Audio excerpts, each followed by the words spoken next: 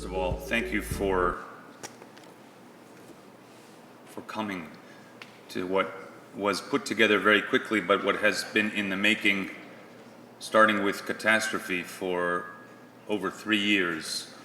The Worldwide Commission to Educate All Kids has been working very, very hard, at the start virtually on the phones, in bilaterals, and then through bilateral briefings for 3 years to bring to the fore what, in my submission, as I mentioned, is the largest of the catastrophes of the pandemic period by far, both in terms of the quantum and the catastrophe. The quantum is not just the 500 million third bucket kids we mentioned, to which Fiona and Shantha and Steve and others have spoken so eloquently. It's also everyone else who remained in the formal school system, who comes out a subordinate product to what you and I would have enjoyed in the school system, whether we liked it or not, into a world that is more difficult post-pandemic, naturally. So out of this conference, we have several practical goals, again, on which we've been working. They're not accidental, there's a deliberate choreography. And there is a strategy. Let me go through them. First of all,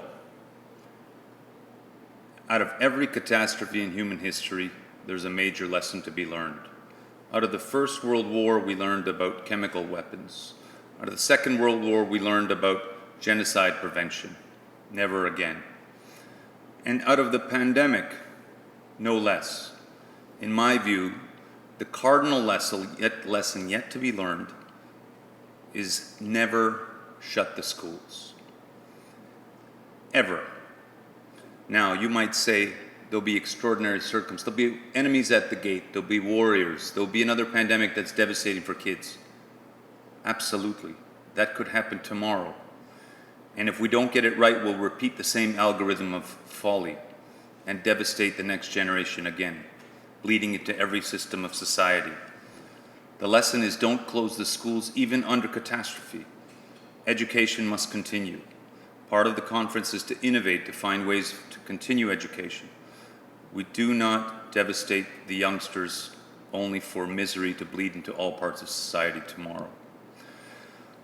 On the misery side, there are tens of thousands of third bucket kids not in any school at all across Canada. The highest quantum is here in Ontario because we control 2 million of the 5 million students in the country, and we close the schools unforgivably longer than any jurisdiction in Canada. Starting here in Ontario, but across all jurisdictions of Canada, and then I would say around the world, we should have already last year, but I demand that it happen now. We triangulate attendance records back from early 2020, back to 2019, all the way to today. Where are they? Find out where they are. And with maximum energy and speed, bring them back to school. There must be a bespoke choreography for every one of those kids who's out of school. That bespoke choreography requires the human connection that Canute and others were speaking to. It requires huge energy of choreography, but it requires granular seriousness. Triangulate. Do not pretend this didn't happen. Right? We owe this duty because it will explode in our faces, as you see in parts of Toronto already. Okay? It's not by accident. The third part, for everyone remaining in the school system, and certainly for the start of the new school year, energy, energy, energy. Some of that clapping energy from Nova Scotia that Grant brought, that and everything in spades: sport, music, high academic standards, punctuality, proper dress, proper grammar. All of these things, even in physics terms, require energy. Not low energy, because remember, we collapsed several systems of society and state to this equilibrium. To bring them back, we can only do this with energy. We can't do it by storytelling or living in illusions or tweeting. Energy, energy, energy. Canute reports from Jamaica, as a few other jurisdictions have, that having deployed huge human energy on the third bucket kids and everyone else in the system, some of their academic results are superior to what they were in 2019. That is biblical. What? But they didn't tell themselves stories. They worked at the human level and said, we had a catastrophe. we owe it to the future of our society and morally to our kids to bring them back energetically. Okay? Otherwise, we don't stand for anything, and we're going to be miserable tomorrow. So Ontario in particular was one of the most civilized and advanced and stable jurisdictions in the world for a very sustained period. We collapsed our systems. Let's get it back. That's part of our work, and let this energy be felt across the world. Tomorrow we will announce the launch of Project Youth Energy. I want to point out Liz Galvin. Is Liz in the room? Elizabeth Galvin was featured in the documentary. She is the epitome of energy. She's perfect to lead this project, and she is working ceaselessly to find third bucket kids and all other kids across Ontario to start destabilized in education. She wants to know where they are. They're in huge numbers. We know a number of them already. We don't have all the networks. This is a different generation, evidently. They live online on platforms that I've never heard of. But they are out there. Liz is there.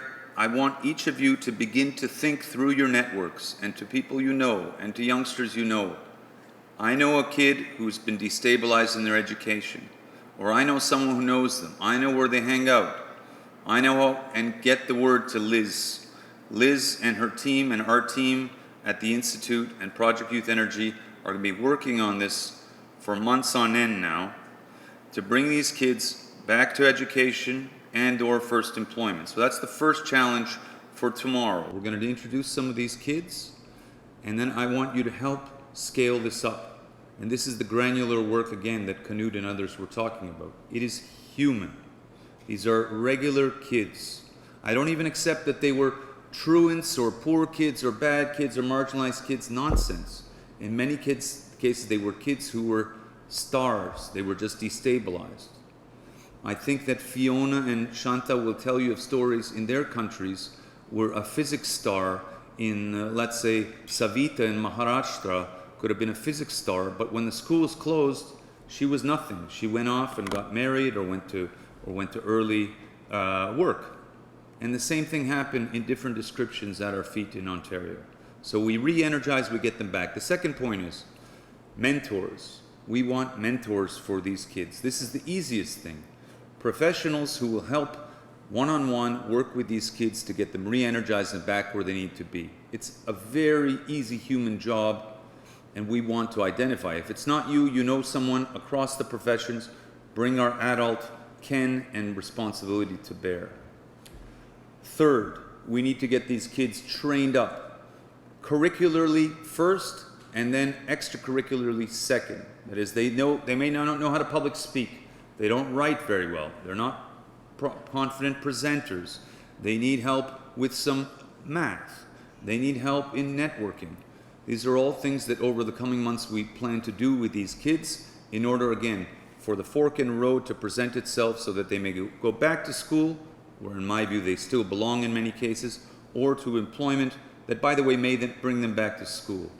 We even have some future Nobel Prize winners in these categories. They're regular kids, believe you me. And the final point is we will be looking for employers and partners in the business community that will provide some of the mentorship, some of the training, but in the end provide a first kick at the can for these young people that will employ them in the vocational field, in manufacturing, in healthcare, in education, in all of these things. These are regular kids. They are the future. We're starting small. We hope we can scale. I put it to you that the homework overnight is to begin to think about this as a strategy. Tomorrow you will meet them. We will open it up quickly afterwards for a discussion. And part of the homework is to come prepared with suggestions, ideas, lessons from other jurisdictions. But in the meantime, I thank you again.